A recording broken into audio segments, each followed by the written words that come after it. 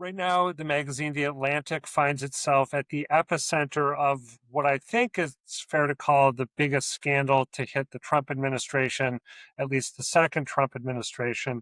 I am joined now by Atlantic executive editor Adrienne LaFrance to talk about what's been happening, what's it been like to go through what's been happening, and perhaps what lies ahead. Adrienne, thank you for making time to be here to talk about this.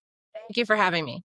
Let me start by asking you just a very subjective question. What is it like to be at the center of the story that everyone is talking about and to be not just covering the story, but a part of the story as you fundamentally are in this particular case?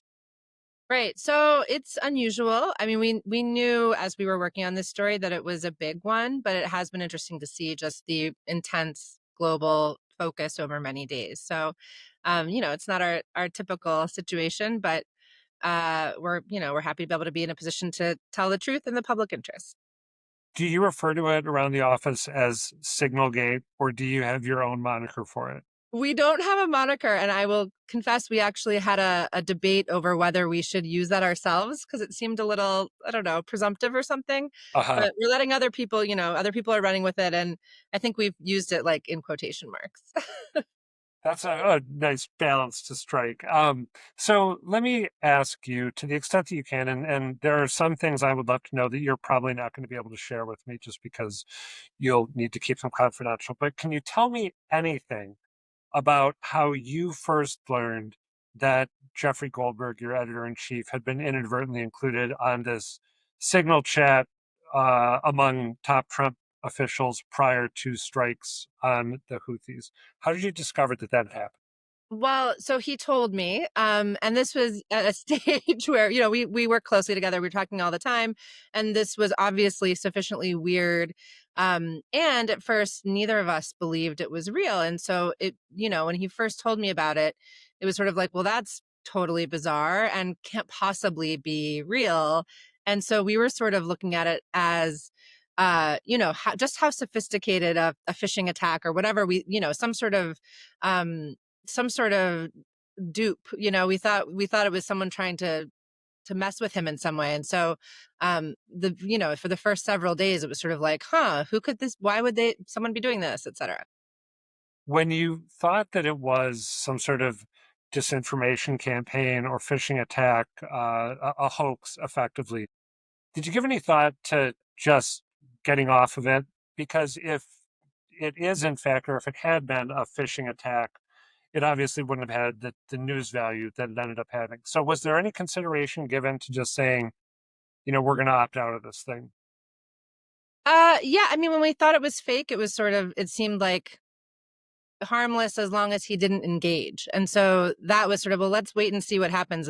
It was unlike anything we'd ever seen, unlike any other phishing attack. And so it seemed worth watching to see how it played out. But, there were days passing where we were just like doing our regular jobs, not thinking about it between messages. If I recall correctly, I've seen an interview with Jeffrey Goldberg in which he says that, and he may even say this in what he's written for The Atlantic, that he didn't actually become convinced that this was real until he was sitting in the parking lot of a grocery store and there were, in fact, bombs being dropped on Yemen. And he said to himself, okay, this is in fact the genuine article. Is that when you came to think that it was real, or did you possibly come to think that it was real a little before that? Actually was still skeptical even then because and as was Jeff. I mean, the ultimate most important final step in our reporting was asking the people involved, like, what what is this, what are you doing, and them then verifying that it was in fact them, that it was in fact authentic. And so even between the point at which bombs were dropping and the publication of the story, I was really still, I was largely convinced that it was real, but also holding out the possibility that it was still some sort of extraordinarily sophisticated, foreign intelligence driven, um, simulation or replica or disinformation campaign. The question we were asking ourselves at that point was either this is just extraordinary recklessness on behalf of the Trump administration and it's real, or if it's not, and they in fact knew the details they were sending us that became, bore out to be true, then it became an almost scarier story in some ways. Of course, that wasn't the direction it went. So I was, until we got confirmation from them, I was still holding out the possibility that something inconceivable was taking place. Remind me, when did you go to the Trump administration to seek confirmation of the legitimacy of the chat? A week ago today, so Monday morning last week. So What so hours before we published the story. what made you decide to go to them and to out yourself as participants in the chat, as opposed to perhaps hanging on for another week to see what might have materialized? I've seen chatter, I'm sure you've seen a lot more of it on social media, with people saying, this is remarkable reporting from the Atlantic, but why didn't they stick around and keep their head down and see what else emerged? What's the answer to that question? Well, I mean, that's not typically how journalists do business. It's ethically really important to announce your presence to the people you're interviewing. Obviously, if you're in a public place and you overhear public officials saying something they don't want you to hear, you might report it because of where they were where that conversation was taking place. But this was just so extraordinarily strange. And frankly, we had to go to comment. We had to go to them for comment because we still had to do just our basic vetting and fact checking of like, is this seems to be real? Is it real? And so there's no world in which we could have published a story without that. And the other piece I would say is, once you have, as a journalist, evidence of this level of just extraordinary recklessness, it felt in the public interest to tell the public about this as soon as we knew that it was true. So those are all some of the factors we were weighing. You sort of anticipated with that last statement where I was going to go next. I was wondering if there was thought given or any discussions had about not publishing when you did and waiting another week to publish, seeing what else might emerge, waiting another 2 weeks to publish. I mean, because obviously you can't not out yourself if you're on the verge of publishing, but who knows what you might have learned if you had waited 1 or 2 more weeks, right, before going to press? I mean, I think there are numerous examples a journalist can think of tactics you might take that could get a better story that wouldn't be like baseline ethical. And this falls into the category of, as soon as we knew it was real, we had, an obligation to, first of all, tell the public, but also to ask the administration what they were doing just because of the level of recklessness involved. Um, when the administration said to you, when you contacted them and said, we have been a part of this inadvertently through no doing of our own, we're going to be writing a story about it. Would you like us to? I can't remember exactly how it was phrased, but basically, are you okay with us writing about this? You got some pushback from Carolyn Levo. Tell me. Well, we didn't. Oh, you mean when we published the full texts? Yes. Oh, Okay. yes. I'm sorry. I was jumping ahead. I apologize. No, that's okay. I understand now. So So yeah, when you publish, yes. So when you went to them to publish the full text, and we should stress, I mean, a lot of people watching this will know, but you decided to publish the full text after the integrity of Jeffrey Goldberg and the Atlantic were repeatedly impugned on Capitol Hill by allies of the administration, members of the administration, and after it was repeatedly said that the information contained in these texts was not classified. Um, was there any consideration given to publishing by you to publishing less of the full text than you actually did? yeah, so I mean, when we published our first story, we characterized the sort of the substance of the text, but we left out a lot of it. I mean, we left out the descriptions of, human targeting information, the sequencing of upcoming attacks, the exact time of upcoming attacks before they took place, the name of an active CIA officer. And so our intention at the outset was, this does not seem like this information is so highly sensitive that the public needs to know the sort of the nature of it. Like, we need to be able to characterize what kind of information it was, but we felt like it would have been improper to publish the entire thing. Now, to your point, when the White House tried to downplay the sensitivity of the information we were describing and went so far as to outright call us liars and insult the editor in chief, Jeffrey, who broke the story, it became clear that to us that the public had a right to see for themselves because of this just a really aggressive campaign to discredit what we had reported, which was true. And so they sort of forced our hand in that sense. We did go to them beforehand to say, you're saying this is not sensitive, we are going to go publish it now, just to give them a chance. And I should point out that the CIA did ask us to continue to redact the name of an officer, which we did do.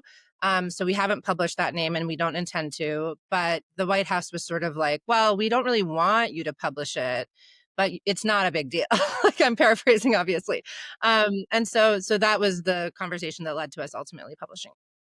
I have to ask what you would do, and I know that the odds of this are highly unlikely, but the odds of the story happening in the first place were highly unlikely.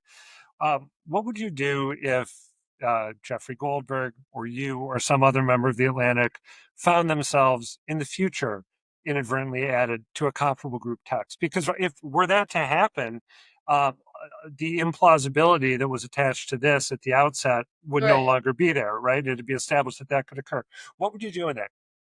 Well, I mean, at first I'd not believe it. Again, I'd be highly skeptical just because it is so, it's outrageous. It's unlike any story I've ever worked on. So it's not something you'd ever expect to happen once, let alone twice. But in terms of what we do, I think we'd do the same thing we did this time. We would very carefully and skeptically approach the situation and, methodically sort of try to figure out what's true and do our basic due diligence in terms of fairness and asking for comment. And our number one obligation is to the public and the public interest. And so it's sort of just like, well, just keep telling one true story after the other. So I think we do largely what we did this time around, although it totally depends on the details, of course. Before I let you go, I have to ask, is there anything when it comes to how this story has been conveyed by other media outlets? Because literally everyone who covers the news has been talking about this in some way, shape, or form. Is there anything that you think has been misrepresented or points that people have maybe missed that you feel it's important to clarify moving forward?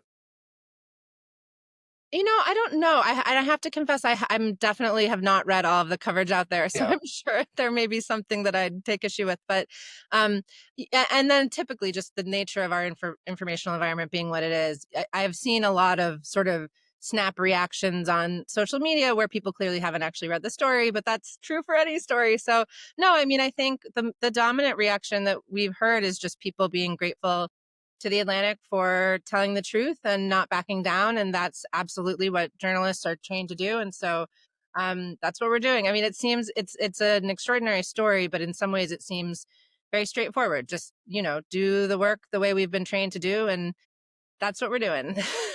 I may have lied if I said that was the final question. I've got one more question for you. What, to your mind, is the big takeaway from this story as it's played out? What did it teach us in the public about the Trump administration?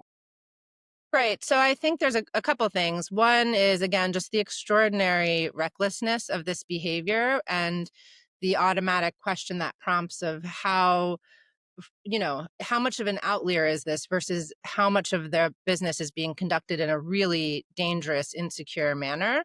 So just the substance of it is the number one thing we've learned. But I also think there's something to learn from the reaction. And in particular, Trump, at least so far, deciding not to fire anyone. And that is both a difference from his first term, I think, and also to me reveals the extent to which he never wants to admit wrongdoing on behalf of his administration. And so that's to me a bit of a surprise. Like you know, especially based on conversations we've had with numerous national security experts, it just seems that any other administration, there would be consequences for the people who took these reckless actions. And furthermore, I think, and I've heard this a lot from people who are active duty themselves, just the extent to which you know, troops are trained to be extremely careful in ways that the leadership was not. And so really interesting to see something where the leadership is not held accountable in ways that one assumes lower level folks would be. So those two things really stand out to me. Adrienne, LaFrance, thank you for taking time to talk this through, and congratulations on the reporting that you've been doing over there. Thank you so much for having me.